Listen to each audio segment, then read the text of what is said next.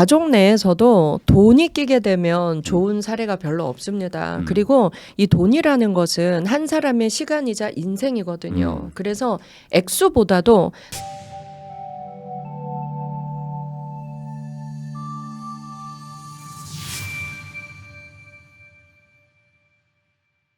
안녕하세요. 당신이 부자 되는 그날까지 응원하는 부익남입니다. 사람 관계에 대해서 또 전문가분을 모셨습니다. 얼마 전 박상미의 가족 상담소라는 책도 쓰신 박상미 교수님을 모시고 오늘 한번 사람에 대해서 한번 파헤쳐보는 시간을 가져보도록 하겠습니다. 교수님 나와주셔서 너무 감사합니다. 안녕하세요. 네.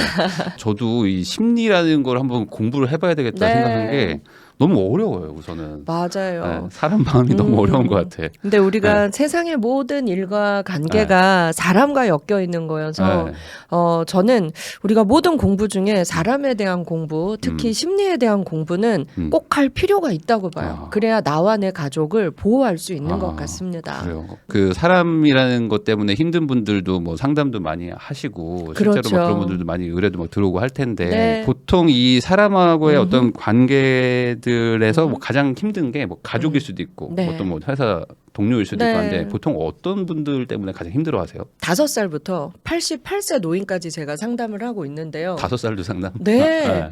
모두의 고민의 1순위는 인간관계예요.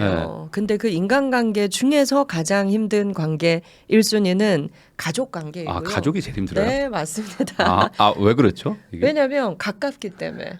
회사는 그만두면 되는데 맞아요. 가족은 맞아요. 정답입니다. 피할 수가 회사는 없구나. 내가 그만두고 이직하거나 창업을 할 수도 있지만 가족은 평생 함께 가야 하거든요. 그렇죠. 그래서 힘들고 또 좁은 공간에서 오래 보기 때문에 힘들죠. 그래서 2위는 직장 내 인간관계입니다. 2위는 직장. 하긴 근데 그 비율로 따지면 사실 가족을 네. 훨씬 더 좀 힘들어들 하시나요? 가족을 힘들어하죠. 부모 자식 관계. 사실 저도 저희 엄마와의 관계가 어렵습니다. 제가 아무리 잘해도 늘 섭섭해 하시더라고요. 맞아요. 근데 저도 그런 것 같은 게 저도 이제 투자 막 이런 거 얘기하는데 네. 부모님들 항상 막 걱정만 하시고 막 그게 잘 안 되더라고. 맞아요. 좀- 대한민국 최고의 전문가인데 아닙니다. 부모님만 나를 좀 인정을 덜하고 걱정하시죠. 맞아요. 이게 부모님과의 관계는 심리학을 이렇게 상담까지 하셔도 어렵구나. 맞아요. 저희 엄마도 제가 아무리 전문가로 밖에서 대접을 받아도 너나 잘해라 라고 하십니다. 맞아. 하기 그렇죠. 근데 저희 채널은 사실 좀 투자 얘기도 많이 네. 하는 곳이다 보니까 단순히 뭔가 가족과의 네. 좀 그런 어떤 그런 힘든 거 이런 네. 것도 있겠지만 사실 금전적인 어떤 그런 게 엮이면서 이제 또 가족 간에 네. 어떤 막 트러블이 생기는 분들도 많더라고요. 맞습니다. 그래서 저도 구독자에서 이 프로그램 자주 보는데요. 댓글에 보면 이런 돈 문제에 있어서 가족이 끼어 있는 경우 꽤 많이 발견을 맞아요. 했어요. 네. 사실 타인과 나 사이에 이런 돈 문제 때문에 힘든 걸 겪는 사람들도 많지만 가족 내에서도 돈 문제 때문에 관계가 끊어지고 고통이 깊은 분들이 의외로 많습니다. 네. 근데 그 돈이라는 거를 사실 네. 가족이 엮이면 네. 예를 들어 뭐 부모님이 네. 막 예를 들어 딸한테 계속 네. 막 돈을 막 요구하는 거예요. 막 아하. 그런 상담도 막 들어오거든요.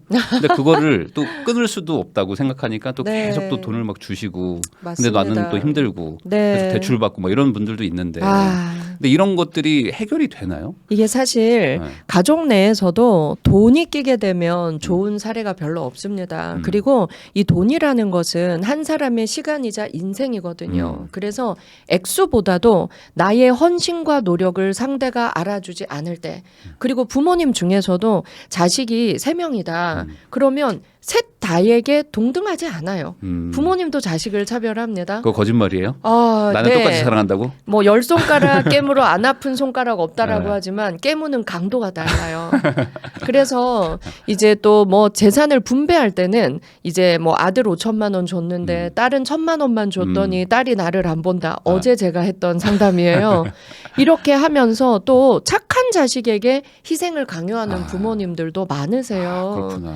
그래서 보통 상담을 오는 사람들은 네. 착한 사람들입니다. 착한 사람들이 와요? 착한 사람들이 늘 헌신하고 희생하는데 네. 그걸 내 가족이 몰라줄 때 네. 네. 그리고 형제들도 보면 착한 동생들한테 그렇게 네. 돈을 빌려가요.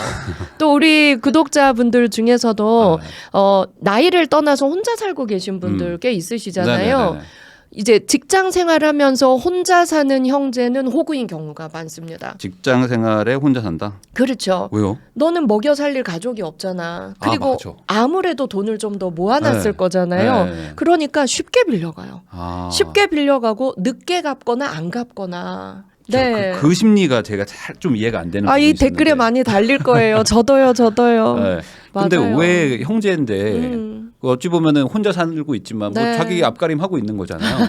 맞아요. 근데 왜 맡겨놓은 것처럼 이렇게 막 가져가고 안 갚는 그 심리가 뭐예요? 맞습니다. 그래서 사실 가족도 타인입니다. 가족도 타인이죠. 우리가 네. 이걸 기억해야 돼요. 가족도 타인이고 예의를 지켜야 되고 네. 빌려간 돈은 갚아야 합니다. 네. 근데 가족 돈은 내 돈이다라고 생각하는 사람들 요즘 많아요. 그게 많아요. 맞아요. 그래서 우리가 굉장히 착한 가족에게 희생을 강요하는 심리들이 이상하게 있는 사람들이 많이 있습니다. 그러면 그거는 네. 가족이라서 바꾸기는 힘들죠. 그러면 내가 네, 어떻게 맞아요. 대응을 해야 되는 건가요? 내가 나를 보호하는 방법도 알고 계셔야 되고 네. 나의 희생과 헌신을 몰라줄 때는 그 희생과 헌신을 멈추는 용기도 내야 합니다. 아 그래요? 그래야 영원히 관계 끊고 안 보는 걸 예방할 수가 있어요. 네. 그러면은 제가 지금 떠오르는 사연은 이제 어머니는 돌아가시고 네. 외동딸이고 네. 아버지가 네. 이제 계신데 네. 유일한 혈육이죠. 네. 근데 이분이 아버지가 계속 돈을 가져가는 거예요. 나한테 얹혀 살고 막 월세 달라고 하고.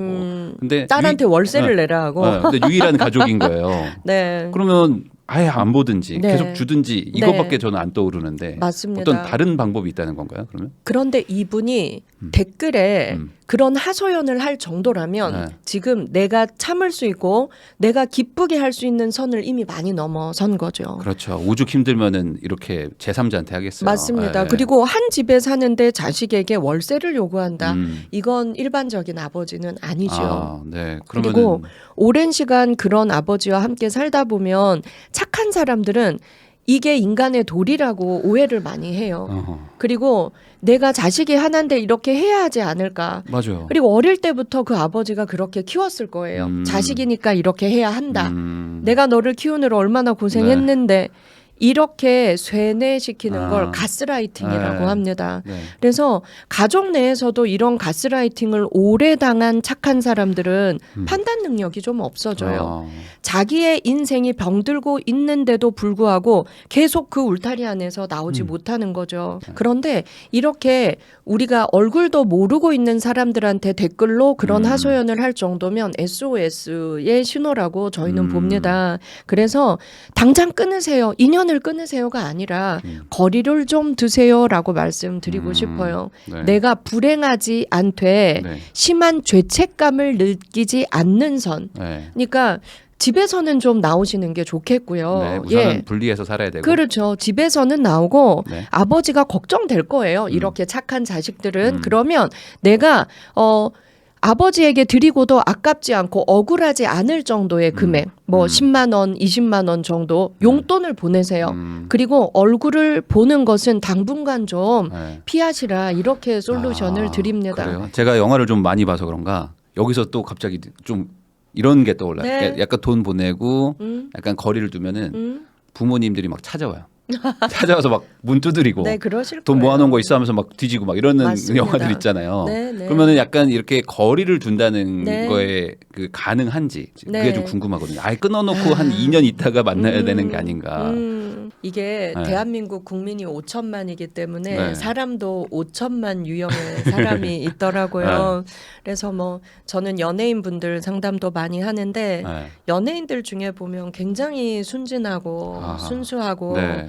또 아무래도 수익이 또 많으신 분들은 가족들에게 많이 퍼주는 분들도 네. 많이 계세요. 많더라고요. 그런데 이렇게 거리를 좀 두기 시작하면 가족들도 아 얘가 많이 힘들었구나. 아 우리가 선 넘었구나. 조심해야겠다. 네. 하는 분들이 계시고 네. 말씀하신 것처럼 그동안 누렸던 것이 권리인 것처럼 그렇죠. 뭐 굉장히 심하게 잔인하게 거의 복수하듯이 자식에게 또 그러는 분들도 계세요. 그러니까 그래서 어떻게 해야 되는 거야? 내 부모님의 성향은 사실 내가 가장 잘 알고 있습니다. 네. 그래서 거리두기를 일찍부터 잘 못하신 분인데 내 가족이 나한테 과하게 금전적인 걸 요구하고 내 인생이 너무 불행하다라는 생각이 든다면 1순위를 가족에서 나로 가져오는 연습은 지금부터 반드시 하셔야 합니다. 네. 우선은 어떻게든 거리두기부터 시작을 해야 된다. 네, 라는 네. 거죠. 그래서 우리가 원하는 건 가족끼리 잘 지내는 거지 인연 끊고 원수 되는 걸 원하는 사람은 없잖아요. 네. 그래서 가족도 교육이 필요하다. 네, 그래서 너무 심하게 선을 많이 넘는 가족에 대해서는 서서히 거리 두면서 나도 생각이 있어. 그리고 나도 행복하고 싶어. 근데 가족으로 인해서 내가 너무 불행해. 네. 그리고 내가 착하다고 해서 내 돈을 다 줄 수 있는 건 아니야. 내가 줄 수 있는 건 이 정도야. 이 정도 선에서 기쁘게 줄 수 있고 이 정도는 갚지 않아도 내가 불행하지 않겠어. 단 고마워? 라고 물어봐야 돼요. 내 희생과 헌신에 대해서 누군가 고마워해 준다면 줄 수 있는 사람이 있어요. 그런데 전혀 고마움은 모르고 그걸 권리로 생각하고 계속 요구하는 가족이라면 나도 단호하게 아니야. 나도 이제 안 줄 수 있고 계속 선을 넘어오면 내가 만나지 않을 수도 있는 사람이야. 내가 마냥 착한 호구는 아니야. 라는 걸 보여줄 수는 있어야 한다는 거죠. 그러면은 이제 교수님 상담도 많이 해보셨으니까 네. 호의가 권리인 줄 아시는 분들 네. 있잖아요. 그런 분들이 바뀌기도 하나요? 아까도 말씀드렸지만 좀 거리두기를 하고 내가 할 말을 할 때 근데 이렇게 착한 분들이 할 말을 거의 못해요. 그럴 것 같아요. 네. 그리고 화병이 생기죠. 네. 그래서 착한 사람들의 화병이 제일 심하거든요. 그래서 할 말을 하기 시작했을 때 미안해. 우리가 그동안 몰랐어. 라고 굉장히 그걸 수용하고 좋은 관계로 갈 수 있는 사람들도 있고요. 네. 또 굉장히 폭력적으로 이 인간이 변했네. 그때 제일 위험한 게 뭐냐면 이 인간이 연애하더니 변했네. 그 X가 나쁜 X네. 그 드라마랑 영화에서 많이 본 것 같아요. 그렇죠. 네. 또는 이제 결혼을 한 상태라면 얘가 정말 착했는데 결혼하더니 변했네. 남자친구 여자친구 그렇죠. 헤어져라. 맞아요. 걔 때문에 우리 가족이 맞아요. 지금 파탄난다. 이런 경우가 굉장히 많죠. 그러면은 가족이나 형제나 부모님들은 거리를 둘 수 있는데 부부면 네. 우리 채널에 보면은 네. 결혼을 한 뒤에 네. 남편이나 아내분이 네. 뭐 재테크에 뭐 전혀 관심도 아하. 없으신데 네. 가만히 있는 게 아니고 막 뜯어 말리는 분들 있잖아요. 막 못하게. 민증 뺏고 막 도장 뺏고 막 이런 분들도 있거든요. 진짜 많아요. 생각보다. 그래서 뭐 경매 입찰하러 가려고 봤더니 통장하고 막 이런 거 다 뺏어가지고 갑자기 막 집 나가버리고 하지 말라고 막 그러는 일들도 많은데 결혼을 해버렸잖아요. 네. 그러면 이혼 말고는 거리두기라는 게 쉽지 않을 것 같은데 이런 부부들은 어떻게 해야 돼요? 우리가 부부의 문제는 정말 그 둘 외엔 아무도 몰라요. 그래서 그렇게 뭐 오늘 뭐 경매해야 되고 계약을 해야 되는데 다 숨기고 이런 맞아요. 경우에는 그 둘 다의 얘기를 사실은 들어봐야 들어봐야 돼요. 네, 네. 그 재산의 형성을 하는 데 있어서 둘이 반반 재산을 형성했다. 근데 내가 동의하지 않은 계약을 하러 간다. 그러면 그 남편이 잘못한 것이죠. 네.